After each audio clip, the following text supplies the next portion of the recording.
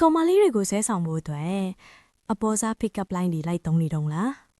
တကယ်တော့အဲ့ဒါတွေကအလုံးမထစ်ပါဘူးတကယ်လျှို့ဝှက်ချက်ကသူတို့ရဲ့စိတ်ကိုနားလေပြီး hack လုပ်နိုင်ဖို့ပါပဲဒီနေ့မှာတော့အကိုတို့သဘောကျနေတဲ့ကောင်မလေးကျွေးစင်းသွားစီမယ့်အချက်9ချက်ကိုပြောပြပေးသွားမယ်နံပါတ်1မိမိတန်ဖို့ကိုမြင်တယ်မှာ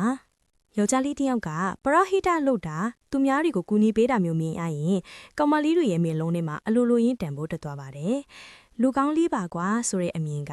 ဆွဲဆောင်မှုကိုအများကြီးမြင့်တင်ပေးပါတယ်ဒါကြောင့်ကိုယ့်ရဲ့စာနာစိတ်ရှိတဲ့အချမ်းကိုသူမြင်အောင်ပြမှာနံပါတ်2 friend zone မှာအယုံထွက်မှာ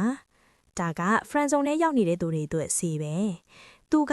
ကိုတငယ်ချင်းလိုပဲဆက်ဆံနေတယ်ဆိုရင်တရက်လောက်သူ့တငယ်ချင်းမလေးတယောက်အကြောင်းစိတ်ဝင်စားတယ်လို့မေးကြည့်လိုက်ပါဟိုတယောက်ကစင်ကြယ်လားငါ့ကိုမိတ်ဆက်ပေးပါလားဆိုတာမျိုးပေါ့ဒါကနည်းနည်းတော့ risk မရပေမဲ့သူ့စိတ်ထဲမှာတဝန်တိုစိတ်ကို fluke နိုးလိုက်တယ်လို့ထင်ပြီးကိုပိုတတိထားမိလာပါလိမ့်မယ်နံပါတ်3အရာမလိုက်ရောပါနဲ့ရှားပါမှတန်ဖို့ရှိတာမှာ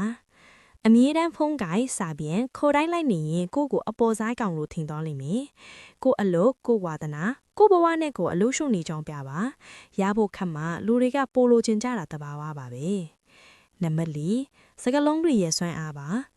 ကွင်းကွက်မြင်တာမဲ့စကလုံးတွေတုံးပါစကားပြောတဲ့အခါရဲတဲ့ကြောက်စရာကြီးဆိုတဲ့ရိုးရိုးစကလုံးတွေအစားရဲလုံးလို့ဦးတက်မတက်ပဲတဲထိတ်ရင်ဖို့ပဲကွာဆိုပြီးမြင်တာထင်သားရှိတဲ့စကလုံးတွေတုံးပါဒါမှကိုယ်စကားတွေကိုသူဆွဲလန်းပြီးမှတ်မိနေမှာပါနံပါတ်5ရွေးချယ်ခွင့်ပဲပြီးပါကောင်မလေးကိုထိတ်ခေါ်ရတဲ့အခါငါနဲ့ကော်ဖီတောက်မလားဆိုရင် yes or no မေးခွန်းတွေမမေးပါနဲ့အဲ့ဒါအစားငါတို့ကော်ဖီတောက်မလားအေးသွားတောက်မလားဆိုပြီးရွေးချယ်ခွင့်ပြီးလိုက်ပါဒါဆိုရင်သူကငင်းမို့ထားဘာတောက်ရမလဲဆိုတာကိုပဲဦးစားပေးစဉ်းစားသွားပါလိမ့်မယ်နံပါတ်6သူစီကနေအကူကြီးအသေးအဖွဲလေးတွေတောင်းပါဥပမာဒီနေရာလေးသွားကြလို့လမ်းညွှန်ပေးပါလားဆိုတာမျိုးပေါ့လူတယောက်ကကိုကူညီပေးလိုက်ရရင်သူကိုယ်တိုင်တောင်မသိလိုက်ပဲနဲ့ကို့အပေါ်မှာယဉ်နှီးမှုတစ်ခုထားလိုက်တယ်လို့ဖြစ်သွားတတ်ပါတယ်နောက်ဆုံးအချက်အဆုံးသက်လာပါစေတွေးဆုံမှုတစ်ခုရဲ့အဆုံးသက်ကအရေးကြီးဆုံးပါပဲ